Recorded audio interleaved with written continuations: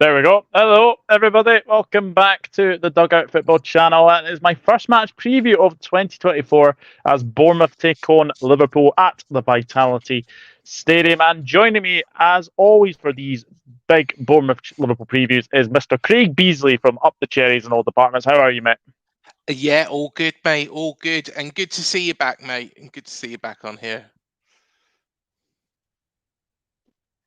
Thank you very, very much. And I've got to say, you'll be a very, very happy man because you are sitting 12th place at the moment, 25 points. You would have took that at the start of the season. Well, can you remember earlier on in the season, after we was beaten at that lot across the park, I was like, Iraola's got to go. It was poor. It was just, you can play sexy football, but if sexy football is going to get you relegated, what is the point in it? So I was very, very much against Iraola at the time. Now I'm so pleased to have been proven wrong. He's proven me completely wrong. Just the style's still there. What is changed is we was passing it around the midfield. We was in control of games, but we was making mistakes at the back. That was the big thing. It was pass, pass, pass, pass, pass. What he did was he's kept that style, kept the high press, but he's gone a little bit more direct, like Eddie Howe used to. And that's really what we've implemented rather than going with this just passing motion. So it's been very, very good. I would say the Burnley game was a turning point. And now we're in a position where we can really look up and look forwards to what we can do. Yeah. Europe isn't out of the equation.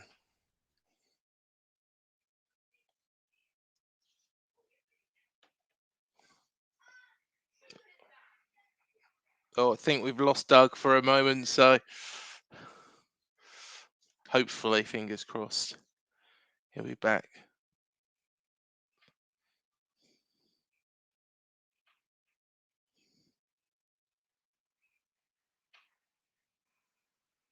Oh, just restarting. Hello, everyone in the comments. There we go. I'm back. Not sure what happened there, but I was just anyway. Sorry about that, ladies and gentlemen. I don't know what happened there. I do not know what happened there. But let me say hello to a few people as well. Are we back? Are we back? I think we are back. I'm honestly not sure. Hang on. Let me just try this again. There we go. I am back. I'm back. I don't know what happened there, Craig. I honestly do not know what happened. That's all right, mate. These things happen, and do you know what? It's happened to me before. I'm sure you was on once when it happened at the Cherries and all departments. We was on that free for all, wasn't we? After a game, yes, we were. And there was a power cut. Of all times, to have a power cut. Of all times. Of all times, but no, I am back. I'm back now. So yeah, we'll just we'll carry on like that. Nothing ever happened anyway. Nigel, good afternoon, mate. Hope you are well. Thank you for tuning in. We will get to Dominic Solanke. We certainly will. Yeah. As well. Hello, John Conway as well, and hello, Gary Richards as well. But we will obviously get into everything Bournemouth, Liverpool. But we do have to speak about Everton and Nottingham Forest because Everton and Nottingham Forest were both charged by the FA. Now, Everton have been charged again for profit sustainability rules again, and they've already had a 10-point deduction. Now, Craig, my question to you is, do you see any punishment again for Everton? And what sort of punishment are Forest going to get? Well, I think they're both going to get punished. I think they'll both get punished equally. With regards to Forest, let's start off with them. Ever since they were promoted to the Premier League, they have spent a hell of a lot of money. They had to, though. There was a bit of a necessity in it because they wouldn't have been competitive otherwise. They had a lot of loan players on the books that season that they were promoted from the Championship. Steve Cooper did a fantastic job getting them out of that division. And I think, for them, it was a necessity. Has Marinakis gone about it the right way? Probably not. There's probably some things that are definitely dodgy at Forest. I think it was maybe even more than 15 that was mentioned there, but yeah, I think Steve Cooper was having to build a whole new side again this season, last season. So yeah, I think Nottingham Forest have probably got themselves to blame. Now Everton, and you can say Everton have got themselves to blame as well, but, and it's a huge but, it is logical spending. A lot of it born out of COVID. If you have a look at the Everton accounts, out of the two sides, they're probably the one I'd feel a bit more sorry for. And the reason being is because a lot of their losses were from the COVID period. Yes, they have spent over the odds. Yes, they haven't sold players for the values that they were worth. But at the same time, I think they. I think they will be punished again. Will they get that 10-point deduction reduced? I think with this charge, they'll be lucky to just have 10 points deducted this season. Because it could easily be, if I would say it'd probably be a 6-point deduction for Forest and 6-point deduction for Everton. Now, if they get 5 of their original points chalked off, which is what they're fighting for, then that's going to make 11. I think that's going to be a drop into the ocean of what it could be. 16 would be a big loss. But then again, it's probably the season where teams could lose points, like Everton were in good form, and they, after that points deduction, they just pulled their socks up and really fought. I want to bring up a couple of situations that are going on in football at the moment. Manchester City. Now, if you fine Everton, you've got to fine Manchester City, and you've got to fine Chelsea. And with 115 charges. Now, remember, Everton had the one charge, just one charge. If Manchester City have got 115, how many points are they going to have deducted? It will probably relegate them. But then you've got the question of, is it fair on the Championship? Because then they go into the Championship for one season and they're straight back, because they've got a team which is awash with talent. You've got Haaland, De Bruyne, playing at that level. I think, well, to be honest, I've spoken to a couple of Man City fans and they said it would probably be fun for a season to go into the Championship, go to all these teams that, with this really overinflated squad, just smash the league points tally, and just come back up to the Premier League and then be back to square one. It doesn't seem like a fitting punishment. It could be penalised for 2 years, but then when they come back up, they're back to square one. But I think all of these situations, and again, this is another team, a lot lower down, Reading, for example, my hometown team, was born and bred there. That's another situation where somebody has overspent, hasn't thought about the logics. I don't think really Reading can blame COVID for much of it. I think the owner is, he's a Fruit Loop. He's completely. Nobody knows where he's gone. Nobody knows what he's doing. Been kind. I think that's been kind, Craig. I would have called him a lot more. But Reading fans are, to be honest. I've seen I've seen messages going into Le Ambassadors Club in London, where supposedly frequents, and of course there was that pitch invasion. I'll be honest, that is a whole different level scale because that Yes. club, could end up in League Two. The Oh facilities yeah. are probably Premier League. They're better than here at Bournemouth, and they could eventually get relegated into League Two this season because of somebody who has just completely lost the plot. And I don't know if anybody's aware, is not paying player wages. So he has Mm, to deposit 125% of the player's wages into a bank account to pay all the yeah. stuff. And you'd think that, the 12th each month, if he does it around the first, it will hit it. He's missed it every single time. So, Yeah.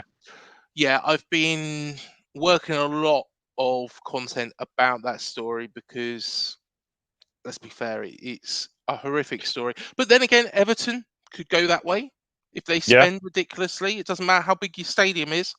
They could end up going that way. As could Forest, as could any team. So FFP is there for a reason.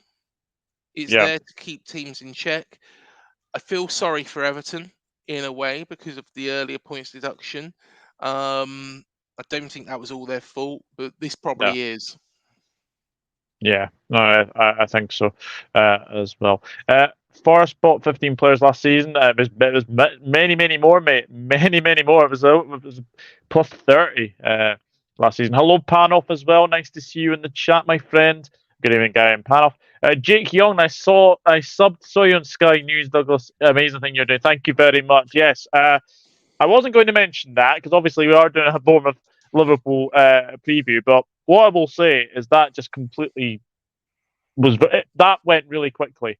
That was so surreal. That tweet Mhm. I posted about 10:30, it literally just blew up almost almost immediately. I went to bed and I think it was standing. I think it was about 50 likes when I went to bed, and then when I woke up the next again morning, and obviously I was doing night shift for the little one. I think it was at something like 200. It just completely gone, and no, it was. What I will say is that someone from Sky News actually contacted me on the Saturday to be on there.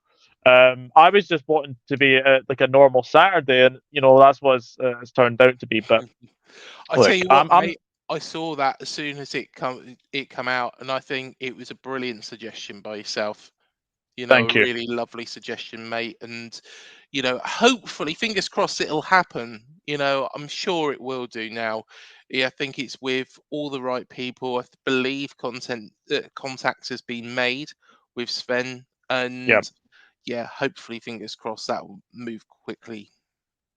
I mean, the thing is as well, I was already going to be going to that game anyway. Yeah.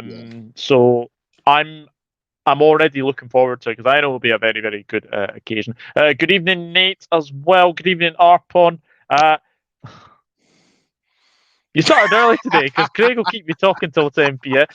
How dare you, Chris? How dare you? Do you know what? He's been arguing with the Coventry City fans. I was watching a couple of videos actually. I love Leicester till I die. Chris is brilliant. Yeah, Um, Chris, fantastic bloke. Absolutely fantastic. but By the way, Chris, I know that you will be going to Jeff Stelling, I think, tonight. So enjoy that, mate. I'm pretty sure you'll enjoy that. yes, yeah, I'll tell you what, he'll love it. Love it. I was quite jealous actually when he told me about it and was like, damn, I missed that one. Um, but yeah, I should have come with you, Chris. If you had 2 tickets, I could have come with you. Sat together. And I could have just talked to you all evening. You Yeah. probably think, thank God for that.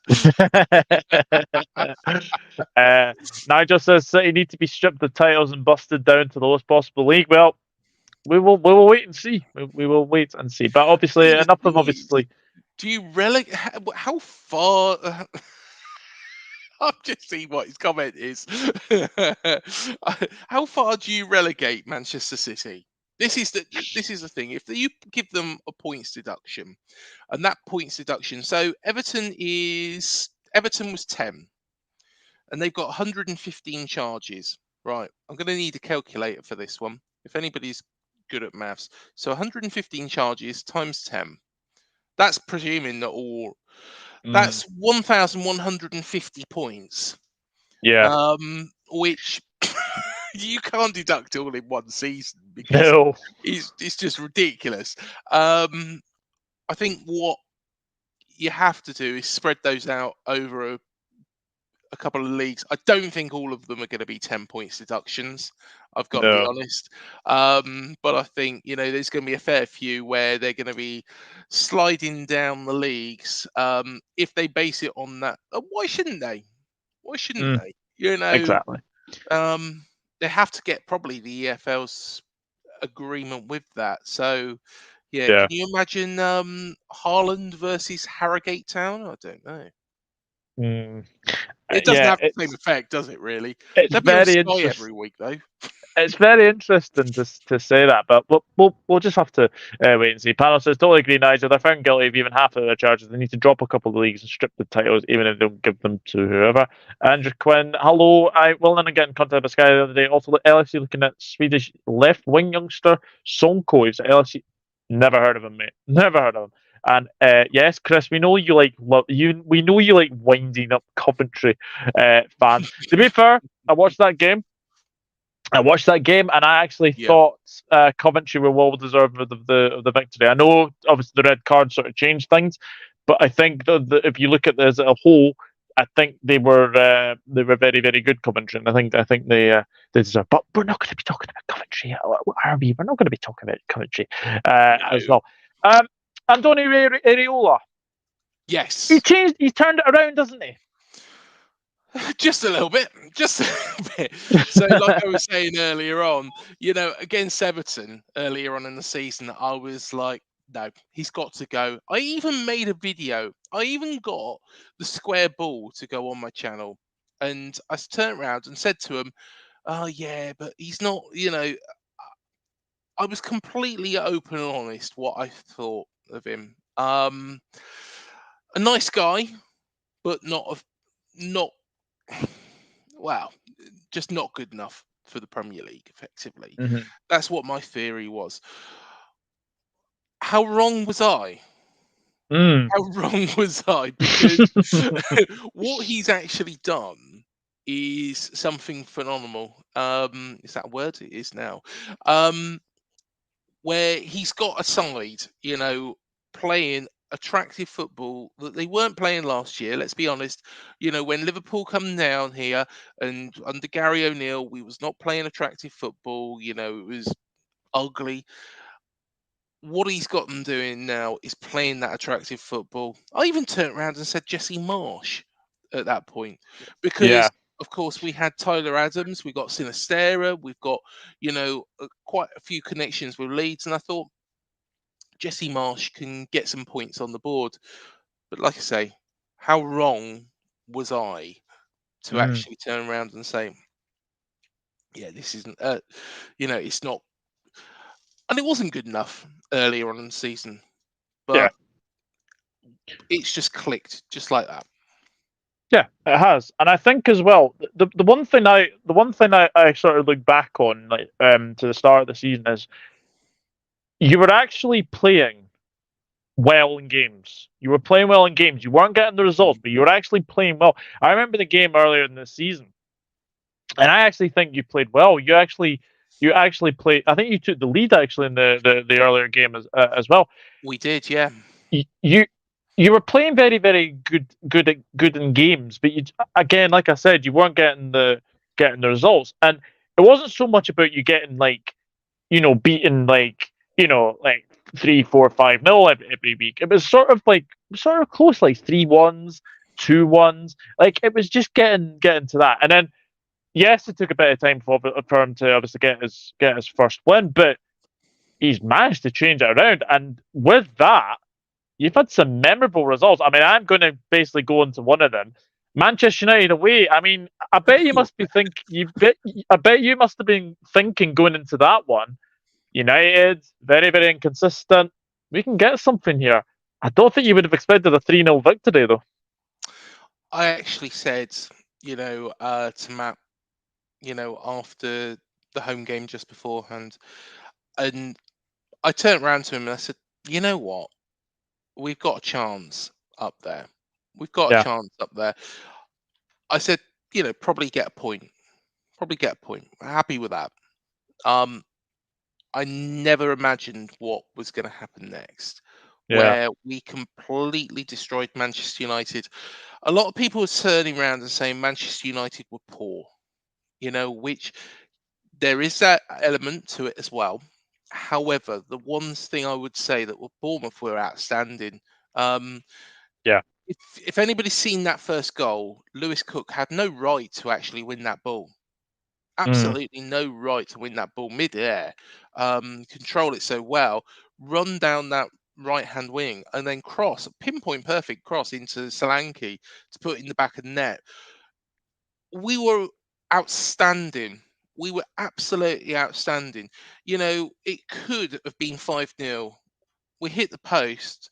Dongo Atara, he had a chance right at the very end to, make it 4. Of course, when we hit the bar in the first half, Yeah. we were outstanding. We were a completely different league to Manchester United. Never would I ever have thought I'd be saying that Bournemouth were a completely different league to Manchester United in terms of style. But excellent, excellent, Yeah. excellent, excellent performance. And if that happens, every week we're going to pick up, a lot more wins than we will do, draws. Don't get me wrong. If that was up against Manchester City, probably still would have got beat, even though we played like that. Play like that against Liverpool, again, it's going to be tougher. Man United were poor. That was probably the equivalent, reason. But we've got a chance against any club, play like that. Hmm. Yeah. And Newcastle United as well, 2-0 at home. That was a very good performance that day as well. It was, yeah. One thing I would say about that performance, I didn't get carried away. And the main reason I didn't get carried away was because of the amount of injuries that Newcastle had. Yeah. I was surprised, by how weak they were, really, Newcastle, that day. Um, I didn't think that they played particularly well. I think, there were certain players that were looking a little bit leggy. But at the end of the day, you have to beat what's in front of you. And, we got them at the right time. Like, no doubt we'll come on to Liverpool. I think that maybe this might be the right sort of time to play Liverpool. I know Liverpool top of the league, in good form. The African Cup of Nations is on, Yeah. and that's why I think, well, this might not necessarily be a terrible time to play you guys. But I think, we've been lucky in, to some extent that we've played some teams, but then again, it's the same for every club. They will come up against teams when they're weakest. When we come up against Brighton, you could say that they were at the strongest at that point. They had Yeah. everybody in there. So, um, yeah, I personally absolutely delighted at how Iraola's turned it round. He's gone from a man that I was saying has got no chance of, succeeding, bringing Jesse Marsh, what do we do next, to being somebody that I wouldn't, I wouldn't want to leave Dean Court. It's such a short space of time. Us football fans are fickle, aren't we? Yeah, absolutely, absolutely indeed. Zane says Iraola is like Postecoglou. He's stubborn in a good way to consist with his own style of play. Now, I actually said Mhm. that as well. That I think Bournemouth definitely needed to change their style of play, but I Yeah, think they've done it in a way to sort of suit the team a lot more. And I tell you who it is suiting a lot more. Dominic Solanke. Now, a lot of people say purple patch players and, and, yeah, and all this. I'm not so sure with Solanke. Now, one of the things was when he was at Liverpool. Yes, he didn't really mhm, get much of a chance. Obviously, he scored that goal against Brighton on the final day of the season. yeah. But since he's been at Bournemouth, last season he thought he was very, very good. This season he has came into his own. 12 goals in 19 matches. What have you been so impressed with his play this season? To be honest, he's been doing what he's been doing for years, but a lot better. So he's dropping Mm, back, getting other players involved. I think he is getting better service this year. Clivert, when he's come in, has been outstanding. Phil Billings kept up his great work, but Solanke is becoming a more all-rounded goal scorer. yeah, He's got that eye for a goal. He's seeming to get in the right places. Beforehand, he wasn't necessarily doing that all the time, but he's not that poacher. He's not that person that you just mm, stick there and they just, you get chuck the ball into them and, they get their head on it or get a boot on it. It's not like the old style Duncan Ferguson's, for example, or, you, you name so many players. Kiefer Moore, to be honest, give an example. Kiefer Moore. Kiefer Moore is a poacher. He's a target man. You get the ball into the box, he gets his head on it, knocks it in, bosh. And that is the difference between Dominic Solanke and a player like that, the old school player, because he will drop back. He'll create things. He'll bring other players in.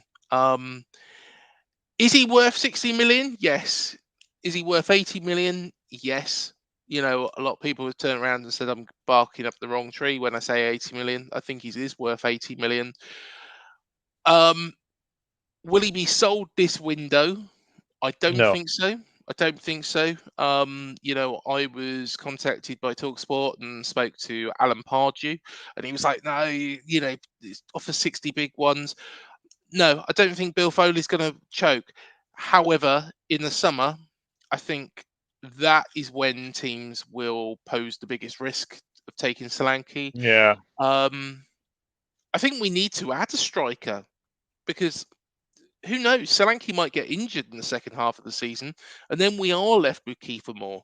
We have to yeah, have somebody. Semenyo can play in that position, but say for example, Solanke gets injured against Liverpool. It's either Kiefer Moore or nothing because Semenyo's yeah. over in the African Cup of Nations. So, um, yeah, we need to add to our strike force rather than taking things away. And definitely, we don't want to lose, our best player. No, no, no, definitely not. And I agree with you. I don't think he's going to be sold in January.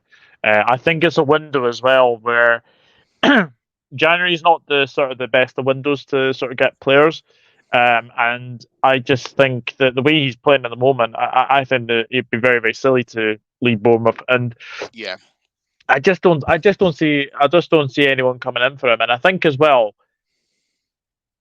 he seems happier now, and obviously a hat trick against Nottingham Forest as well. I can tell you, obviously, if you do play FPL, he will be probably one of the first sort of names on the everyone's team sheets, possibly. do you know what? I'm absolutely terrible at FPL, but yeah, I think it probably is. I'm the strongest team in the league. I'm holding everybody else up. But yeah, yeah, I think you're quite right. I think he's just a great player. He's a great player. But we have got a squad now that has come together. To be honest, it was even when we was getting beat week in week out. It didn't seem like the heads went down. No, It seemed like everybody was still, backing Iraola. Everybody was still working hard for him. It yeah, was just that the players couldn't play that style. mm, If you're playing pass to move it up the pitch, it's not going to work because you're playing like Man City, you're playing like Arsenal. They can play it better than you. Whereas what we have gone is a lot more direct. So still playing the passing style, but gone a little bit more direct. And that's where we've come into our own. yeah. I think so. I think so, and part of that as well is I honestly, I think you are one of the most improved teams this season. I think Yeah. there's no questioning that as well. Where would you say would be a successful finish for you this season? To be honest, around halfway. I was quite happy with that. I didn't want to be in a relegation battle. Yeah, Apart from the first couple of months, we haven't been in a relegation battle. We don't look like we're going to go into a relegation battle again. And I think we'll only go from strength to strength. Um, can we get Europe? Yeah. But, and here's another big but, is Europe really suitable for AFC Bournemouth? And at this point in mm, time, you need big squads. You need squads full of talent. Um, and I think even though our bench is probably the strongest it's ever been, yeah, you think more games, more injuries, it'll get tricky. And therefore, Europe might be best skipped this season. And then I'm not saying that, in the future, it'll be great to do what Brighton have done. Be great to yeah, do what Brighton have done. But they've done it over a lot longer period of time now. You could say if we did it under Eddie Howe, and went on a little bit of a decent run. But even then, I think Brighton have bought more sensibly. I think that they bought lots of youngsters, lots of talent through. Um, I think that might even catch up with them later on in the season, their European tour. But the last thing we want to do is go into Europe, do what Ipswich did, go into Europe, and then get relegated that same season. yeah, yeah, absolutely.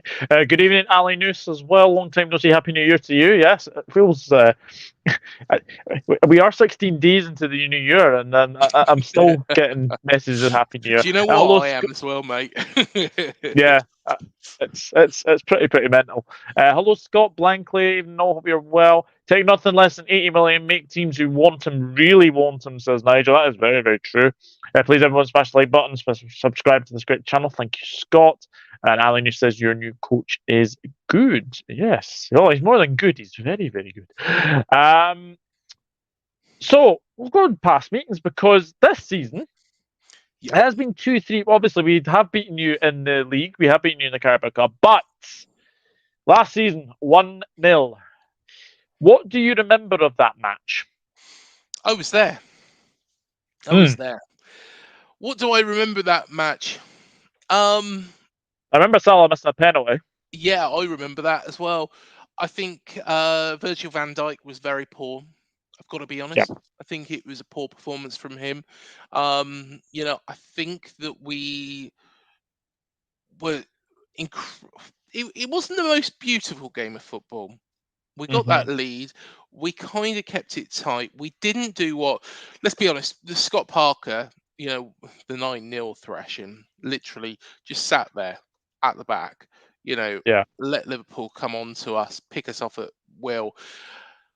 We didn't do that. We condensed it. We was, fighting for every ball. Don't get me wrong, it wasn't attractive, but I think, that was the sort of style that,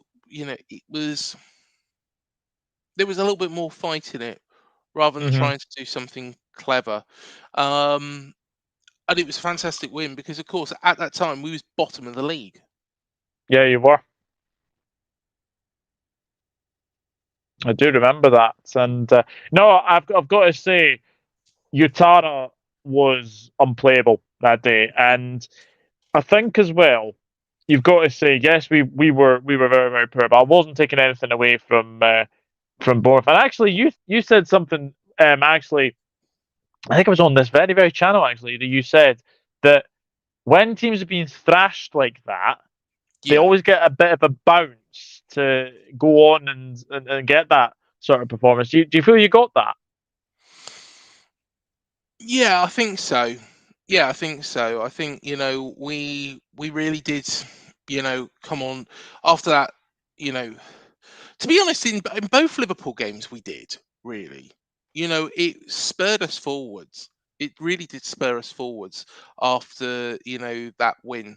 But also, after 9-0, of course, Scott Parker was sacked and, had Gary O'Neill, and he went on a run, between that Liverpool defeat and, of course, the Southampton game. We didn't lose a single game. No. So, we went unbeaten the longest. So to answer your question I think both Liverpool games have been positive for different reasons, really, for us. Yeah. I've got to say that the games this season, even like the game in the Carabao Cup, you were in the game for most of that. We were. Darwin Nunez was fantastic, wasn't he? That goal. Fantastic. No goalkeeper in the world would have saved that. Let's be fair. No goalkeeper in the world would have saved that. So, hand on heart, it was a terrible night as well. Terrible evening, terrible conditions. Mm. I was gutted that we didn't go through. But, our bread and butter this season is the Premier League. It'd be nice to have a little bit of a cup run, but if we see Premier League performances going down, that's when we need to start going, right, okay, we need to make sure that, we can finish as high as possible in the league. That's the priority for us this season, I think. So you're not fancying a cup run then? FA Cup? It depends how close we get, really. I think we've got Swansea next. We should be able to get through them quite easily. For some reason, we always get Swansea. It's one of those teams. Oh gosh, not them again. So we've got Swansea next. After that, if we get one of the big teams, then you can say, well, okay, just bow out gracefully here.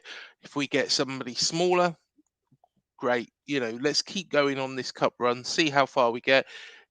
You get into the quarters or the semis, and then you're 3 games away from Wembley. Well, 2 games now, of course, because the semis are held at Wembley as well. I can't get used to that still, but No. Personally, I think the Premier League for me is the bread and butter. Finish as high as possible. Finish as high as possible. And I'm looking at the sort of the league table now, and you are like well, I know. I think Luton drew with Burnley, didn't they? So yeah, 9 points above safety, which is pretty good at this stage in the season.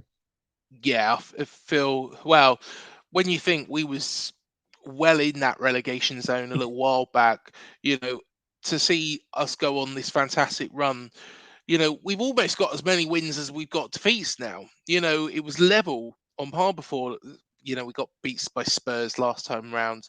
So the run we've been on, we are the form team in the Premier League, apart from Liverpool, Man City.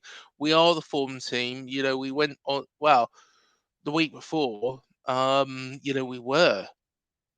Before that Spurs game, we were the top, form team. Yeah. I think, it's not out of realms of possibility that we can get into the European places. We're closer to those than we are the relegation zone now. We're only 7 points off Manchester United, and Man United don't really, I don't think they're particularly very good. I think they will fall apart. I think Brighton might be dangerous. Chelsea are in a decent run. I think we've got a decent chance of getting in those European places, even though I don't really want it, because the following season, the strain on the team, unless Bill Foley is going to spend a shed load of money and we're going to break FFP, which, let's be honest, isn't going to go well. Yeah, absolutely. Yeah, definitely. Hello, World of Football as well. Hope you are well, mate. Yeah, thank you for tuning in as well. What have you made of Liverpool this season? Are you surprised to see them top of the league? No. I thought that this was going to help because I think, the season you had last year has really helped push Liverpool forwards. Less distractions. Yeah. I might be wrong in thinking this, but that season where you did win the title, of course, it was unfortunately during the lockdown. Yeah. I don't know what European competitions you were in that year. I'm trying to think. Hang Don't on. think there was as much. 1920. Yeah, Uh, because season before that was the Liverpool Spurs game, wasn't it? yes. So we would have been in the Champions League then. We would have had the World Club Cup. We would have had the Super Cup as well. Yeah, we won everything that season. We won Premier League. We won the European Super Cup. We won the World Club Cup. We were pretty early in the League Cup, and then that was that season. So yeah, we were in Was the it? Champions League There that we go. season. That shows what I know. But personally, I do think the pressure is off a lot more this season Yeah. because of the European competitions. And I think that I'm not surprised at all. I think there's plenty of quality across that Liverpool team. So um, I'm rooting for you guys. I really am. I really do hope you can win it, and I think you will. I think you will. Um, Although, don't get your fingers crossed too much because I did say that to Arsenal last year. So yeah, take it with a pinch of salt, mate. Take it with a pinch of salt. I'll be honest. I think this season, it's basically all about. I think we'll probably go and win the Europa League. I think that's probably going to happen. Yeah. League Cup, Fulham away. I mean, we did win 2-1. That will not be an easy game at Craven Cottage, but I feel we can get through that. Middlesbrough Chelsea's, I think, the more interesting game in that aspect as well. FA Cup, we've got, I think, Bristol Rovers or Norwich City. I think that replay gets played tonight. We're still in all four competitions, which I think for us is very, very good. And we'll just need to wait and see. We just need to wait and see. We do have a bit of a few tough games coming up, we've got to say, after that. Obviously, after yourselves, we've got obviously Fulham. We've got that FA Cup tie. Then it's Chelsea at home. That will not be an easy game. Then it's Arsenal away, and we know what Arsenal are going through as well. And obviously, Kevin De Bruyne is back for Manchester City, which I think as well is massive for them because he has been a big miss all season. Yeah. So yeah, I think Man City are probably the biggest competitors. Aston Villa will be right up there as well. I'm impressed with what they've done. I was impressed with their performance against both Manchester City and Arsenal. Do they have to stay in power? I think get some injuries. I think they'll probably drop off a little bit. I don't think they'll win it. Spurs look good. Spurs do look good. What's his name? Is it Ange Postecoglou? Isn't it? Ange Postecoglou, yeah. Do you know what? I was doubting myself there. I said, have I said that right? Ange Postecoglou has done a very, very good job. I didn't think he was going to, because showing no disrespect here, the Celtic job is a whole different ball game to managing Spurs. And what I mean by that is you do have two clubs in Scotland who are really competing against each other, Rangers and Celtic. The others sometimes come into it. And Postecoglou did very, very well in Scotland, did very well for Celtic. But I think, I thought at the start of the season, well, I don't think he's going to make the transition over to English football, and I think he might struggle. But I think he's done a fantastic job. I really do like him, actually, when he speaks. He's honest, he's open, honest, and yeah, that's what you want from a manager. Somebody who isn't, isn't going to let players hide. Although saying that, don't go to the levels of Troy Deeney and what he said the other day. Oh goodness, do not get me started on Troy Deeney. I'm guessing you've heard it. Oh, it's ridiculous. Absolutely ridiculous. Yeah, there's one. There's ways of speaking about players, and there's basically ways of basically be shutting up. Yeah, that was embarrassing. Embarrassing. Oh, You think you're yeah. trying to be a manager like that, and I mean Wayne Rooney. We all know his disastrous spell at Birmingham City, but Troy Deeney at Forest Green is probably going to be trumping that. Yes, yeah, definitely, definitely. I'm not a fan, not a fan. I've got to say. Um, Scott, let's be honest, it's been refreshing to see Liverpool doing better in the league. Quality football a lot better. I originally expected Newcastle to be higher than they are. Nigel says on Newcastle, Scott, don't think they went for enough quality in their defensive choices. Eddie Howe is not used to managing at such a high level. Well, Nigel, you could say that. I do worry for Eddie. I do worry for Eddie. Do you worry for Eddie, Craig? Um, I do, but Newcastle fans have got to be realistic here because Yes. Eddie Howe, when he went to Newcastle, Newcastle were bottom of the league, and Steve Bruce had done a terrible job. Let's be honest. He basically almost relegated this club that was, had a lot of talent, But what Eddie did, and I got asked about it at the time, and I said, I think he's entering a poison chalice. I think he's probably going to have to start them from the Championship, get them back up, and then Hmm. build from there. Never in my wildest dreams did I think he was going to finish. Um, I think he finished. What place did he finish in that season? Fourth, I think, wasn't it? Oh, fourth the following season. The first season he took over because, of course, midway through, Oh, I think he got to 11th, 12th, didn't I he? think. 12th. 12th or 11th. Yeah. So he's got to that position and then has taken them on leaps and bounds to get them to fourth. You know, Hmm. but watching that season, and what he did with Steve Bruce's side, I famously said to Harry Redknapp, I think Newcastle will finish third. You know, him and Sam would still be drinking a nice bottle of red, thanks to me. If Yeah. we had that bet.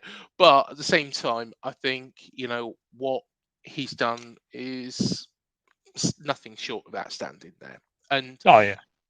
it's he's going through a tough spell. They've got to stand by him because if they don't stand by him and bring somebody else in, who's to say that they're going to be able to get a tune? Yeah. Yeah, absolutely. We'll move on to team news because there are a few players away, obviously on national duty.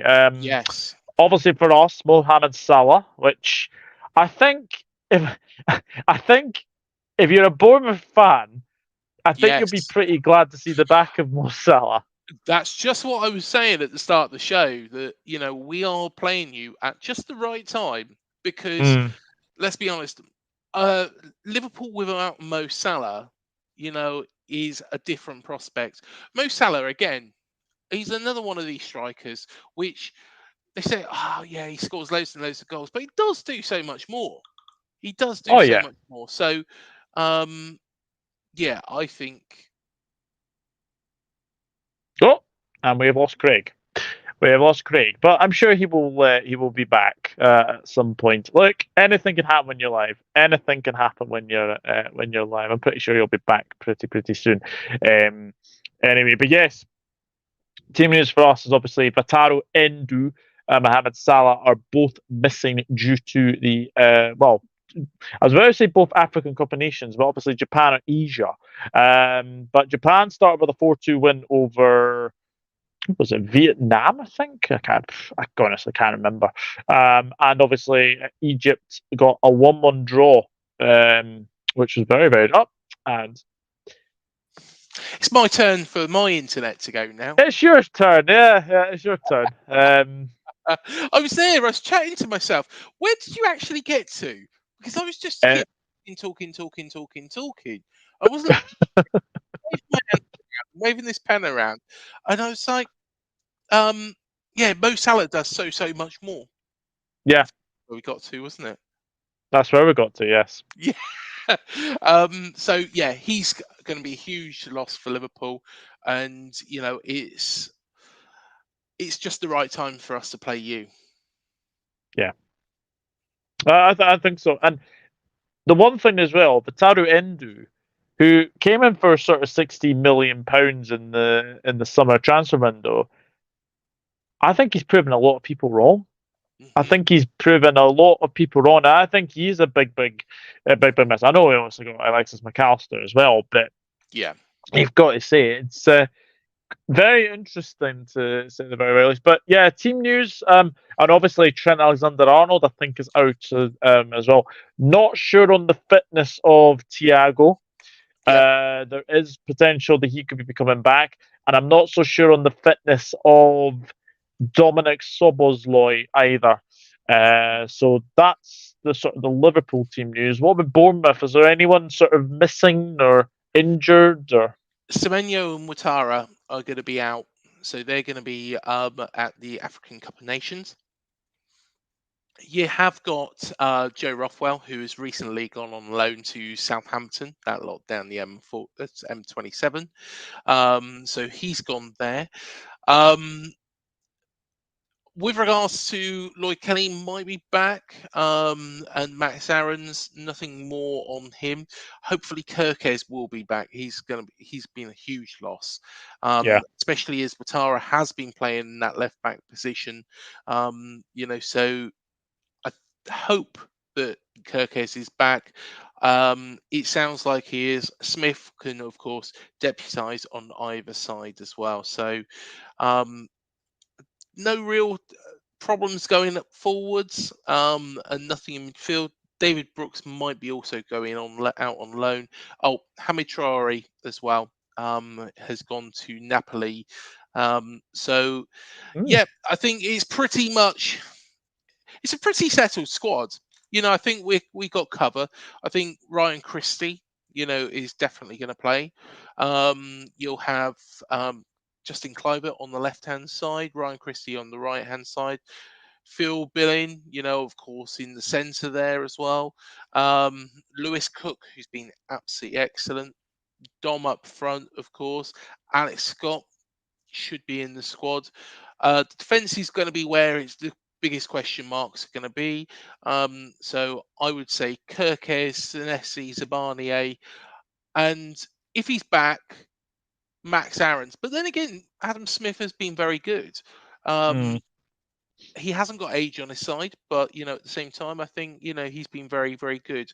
And then of course Neto in goal. So that's probably going to be the lineup as I see it.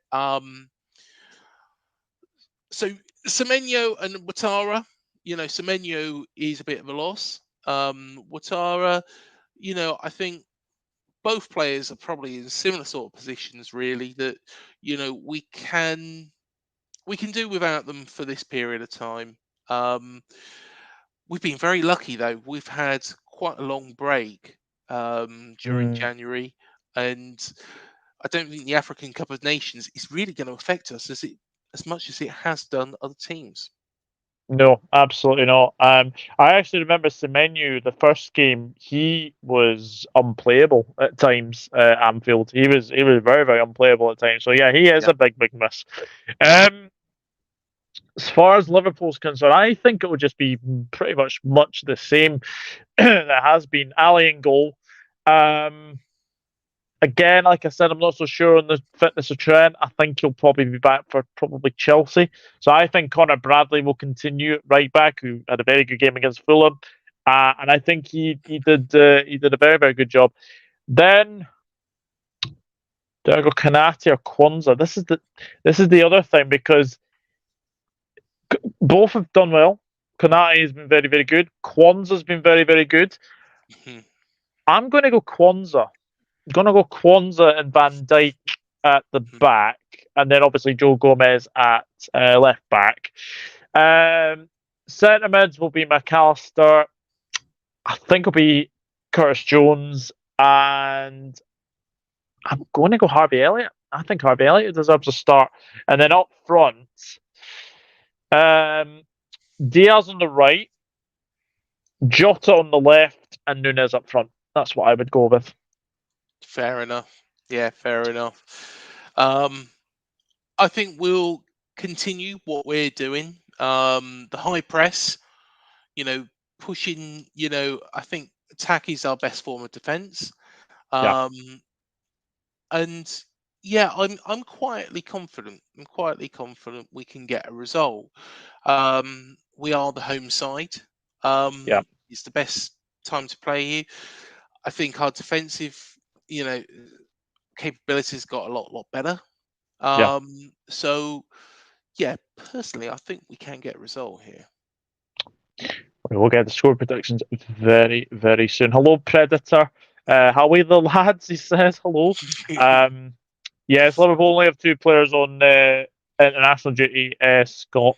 Just my thoughts, because the Ange Postecoglou having a similar effect at Spurs as Bellend Rogers had at Leicester. Yeah, I do. I do. Sorry, Chris, if you're watching, I do like that thing. Pick up James Gordon. James Gordon. I saw this guy on Sky News the other day, but thank you, mate. Hope you're well, Anthony. Going 2-1 Liverpool, but Bournemouth will give Liverpool a good game. What are you going for, Craig? I don't think it'll be a 1-0 win, and neither do I really want it to be, because it's going to be, Bungs against Sea. I think we might go into a 2-1 lead against Mm-hmm. Liverpool, but I think you'll get one back. I'm going to go with what Anthony said, but the role reversal. I think 2-1 Bournemouth. I think Dominic Solanke again, and I think Justin Kluivert has been outstanding. I think he's playing the best football of his career. He's already a good player, but I think he's playing the best football of his career, and he's come on leaps and bounds. Yeah, yeah. It's funny because I think he scored in the cup game, didn't he, Kluivert? Yes, he did. Yeah, I'm sure he did. I'm I pretty think sure he curled on past Kelleher. I seem to remember. Yeah, I think so. So yeah, I think. Look, I'll be honest. I think it's a very tricky game for us. I think as well, you guys are playing very, very well. I'm actually going to go for that. I'm going to go with Anthony. I'm going 2-1 Liverpool. I think it will be a very, very tricky tie, but um, Mhm. 2-1 FC will be happening again. I'm going to go. I think Solanke will score. I think it's inevitable he will score. Yeah. I'm going to go Jota to score because he's the best finisher at the club at the moment, and I'm going for Curtis Jones. There we go, Curtis Jones to get the second. Craig, he was amazing on the Christmas quiz on Chris's channel. I'll be honest, I did actually tune into that very briefly, and I saw Anthony had won again, which was very, very good. Hopefully, I'll be in obviously the next one. Sorry, Anthony. But they're good fun, aren't they? Those Christmas quizzes.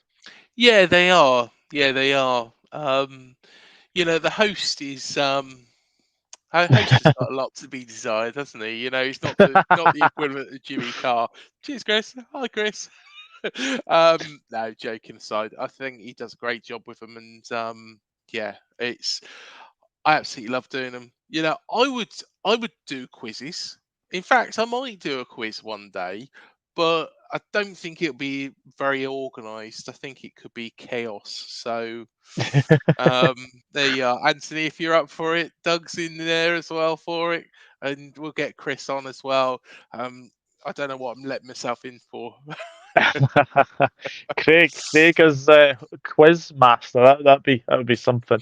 So Scott has gone 3-1 to Liverpool as well. Yeah, that all 3 games would be 3-1. That would be quite something. Yeah. Craig, it's been an absolute pleasure to get you back on the channel. What have you got coming up on your channel?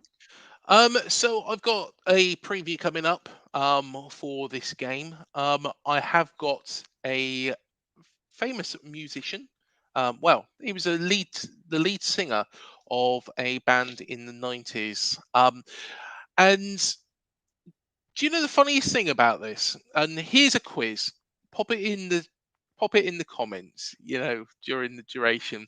But the song was actually adopted by Everton, but the band are all Liverpool fans, and I've got him coming on the show.